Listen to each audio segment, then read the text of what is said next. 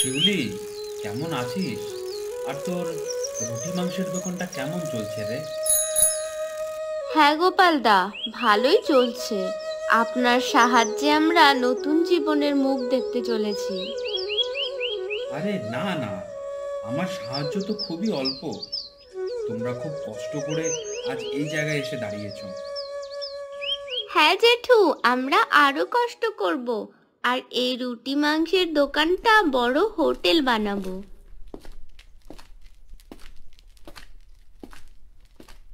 হ্যাঁ হ্যাঁ, কি ব্যাপার? এখানে দেখছি তোমাদের উৎসব চলছে। তা জমিদার বাবুকে খবর দিয়েছো তোমাদের দোকান খোলার আগে? কেন? জমিদারকে কেন খবর দিতে যাব আমরা? আমরা জমিদার বাবুর পয়সায় খাই না পড়ি যে জমিদার বাবুর পায়ে তেল দিয়ে চলতে হবে? তাহলে জেনে রেখো, তোমাদের এই ব্যবসা দুদিনে চলবে না।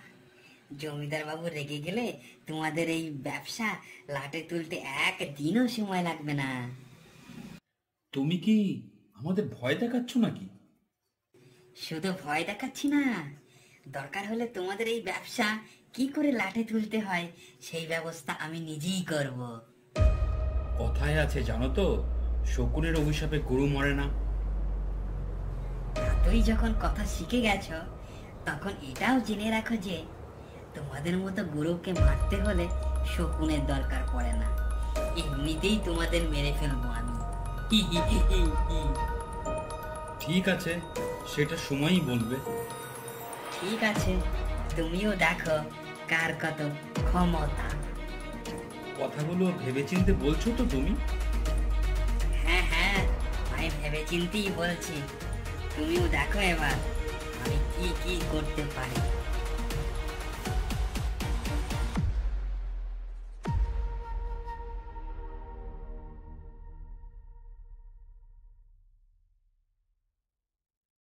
বাবু, ও বাবু, কিছু একটা ব্যবস্থা করতেই হবে।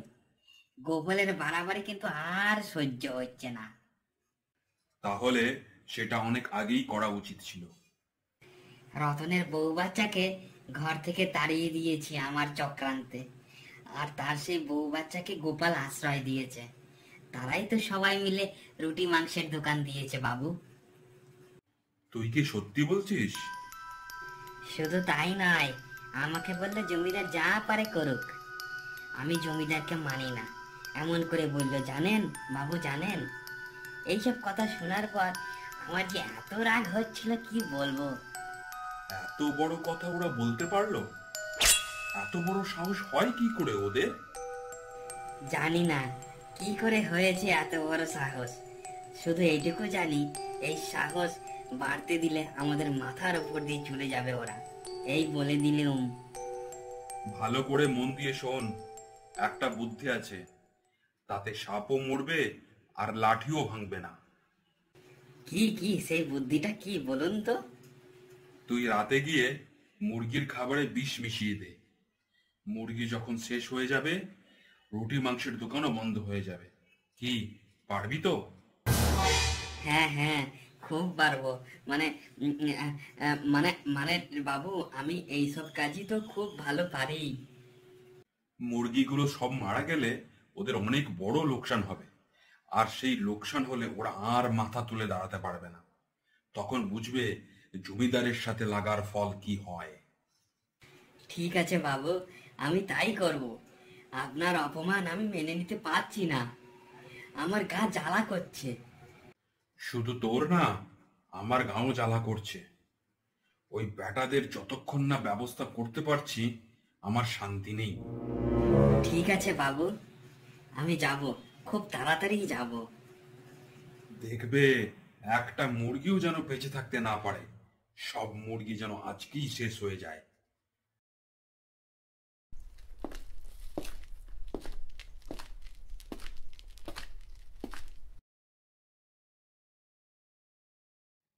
এত বড় চক্রান্ত হয়েছে আমাদের সাথে। এই শয়তানগুলোর ব্যবস্থা আমাদেরই করতে হবে। ভাগ্যিস জমিদারের কাছে এসেছিলাম, তাই তো এতগুলো কথা জেনে যেতে পারলাম। মা, ও মা, কি হয়েছে তোমার? তুমি শুকনো মুখে বসে আছো কেন? ওরে রতন রে, আমাদের সব শেষ হয়ে গেছে রে। ওই শয়তান ভুলু আর জমিদার বাবুর চক্রান্তে সব শেষ হয়ে গেছে। ওরাই আমাদের মাথায় বিষ ঢুকিয়ে আমাদের বৌমা আর ওই বাচ্চা মেয়েটাকে ঘর থেকে তাড়িয়ে দিয়েছে। কি কি বলছো কি তুমি? শুধু তাই নয় বাবা, বৌমার রুটি মাংসের দোকানটাও বন্ধ করে দিতে চাইছে। হ্যাঁ হ্যাঁ, ওই ভুলুই তো আমাকে বলেছিল বউকে ঘর থেকে তাড়িয়ে দিতে। তাহলে বুঝে দেখ ভুলু কি ধরনের বদমাইশ লোক। কিন্তু এখন আমরা কি করতে পারি মা? আমাদের যে বড় ভুল হয়ে গেছে। এখনো সময় আছে বাবা রতন, তুইও ওই ভুলুকে ধর, ওকে উচিত শাস্তি দে, না হলে দেখবি সব শেষ হয়ে গেছে। তোমার কথা শুনে আমার মাথার ভেতর আগুন জ্বলছে মা। দেখো আমি ওদের কি করি, শুধু কালকে সকালটা একবার হতে দাও। এমন শাস্তি দিবি ওই দুটোকে যাতে কারো সাথে এই রকম করার কথা ভাবতেও না পারে। বেশি বাড়াবাড়ি করলে ওদের জেলের ভাত খাইয়ে ছাড়বো। ঠিক বলেছিস, একমাত্র আইনি এই ব্যবস্থা করতে পারে।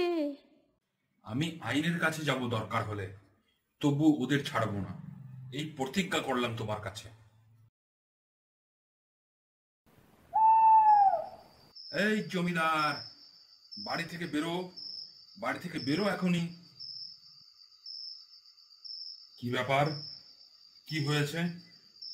আমার বাড়িতে এসে তুমি এরকম অসভ্যর মতো চিৎকার করছো কেন?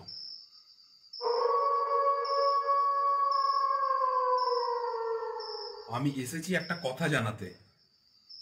আমি এখনই পুলিশের কাছে যাচ্ছি তোমাদের নামে নালিশ করতে। পুলিশ? কেন পুলিশের কাছে যাবে কেন? কি হয়েছে আমাকে খুলে বলো। তোমরা চক্রান্ত করে আমার বউ মেয়েকে বাড়ি থেকে তাড়িয়ে দিয়েছো, সেটাই আমি পুলিশকেও জানাবো। আর তোমরা গোপালের মুরগির খামারে বিষ মিশিয়ে তার ব্যবসাটা নষ্ট করতে চাইছো, সেটাও জানাবো। তোমাদের যদি হাজতে ঢোকাতে না পেরেছি, তবে আমার নাম রতন না। এ এ এ দেখো, তুমি রাগ করছো কেন? তুমি আমাকে ক্ষমা করে দাও ভাই, তোমাকে ওইভাবে বলেছি নাকি? আর এরকম ভুল করবো না, আমি তোমার পায়ে ধরছি। তুমি দয়া করে পুলিশের কাছে যেও না, আমার সব জীবনের মান সম্মান নষ্ট হয়ে যাবে। শয়তান, তুমি তোমাদের ভুল বুঝতে পেরেছো তাহলে? হ্যাঁ হ্যাঁ, আমি নিজের ভুল বুঝতে পেরেছি। বলো আমাকে কি করতে হবে বলো। তুমি নিজে গিয়ে ক্ষমা চেয়ে নেবে ওদের কাছে, সেটাই হবে তোমার যোগ্য শাস্তি। ঠিক আছে, আমি তোমার কথা মেনে নিলাম, আমি নিজে গিয়ে ক্ষমা চেয়ে নেব। আর কখনো এরকম করবো না ভাই, আমাকে ছেড়ে দাও। ঠিক আছে, তুমি যদি তোমার শর্ত রাখো, তাহলে আমিও আমার শর্ত রাখবো। গোপাল ভাই, একটা কথা বলার ছিল তোমাকে। আরে জমিদার বাবু, আপনি কেন এসেছেন এখানে? আমাকে ক্ষমা করে দাও তোমরা সবাই, আমি অনেক বড় ভুল করে ফেলেছি। কেন, কি হয়েছে? আমি ও ভুলু দুইজনে চক্রান্ত করে তোমার স্বামী ও শাশুড়িকে মিথ্যা কথা বলে তোমাকে বাড়ি থেকে তাড়িয়ে দিয়েছি, তাই আমাকে ক্ষমা করে দাও। ঠিক আছে, এবারকার মতো তোমাদের ক্ষমা করে দিলাম, কিন্তু এরপর যদি এরকম চুগলিবাজি করো তাহলে আর ক্ষমা করব না, সোজা পুলিশের হাতে দেব। এই গল্পটি আপনাদের কেমন লাগলো কমেন্ট করে অবশ্যই জানাবেন।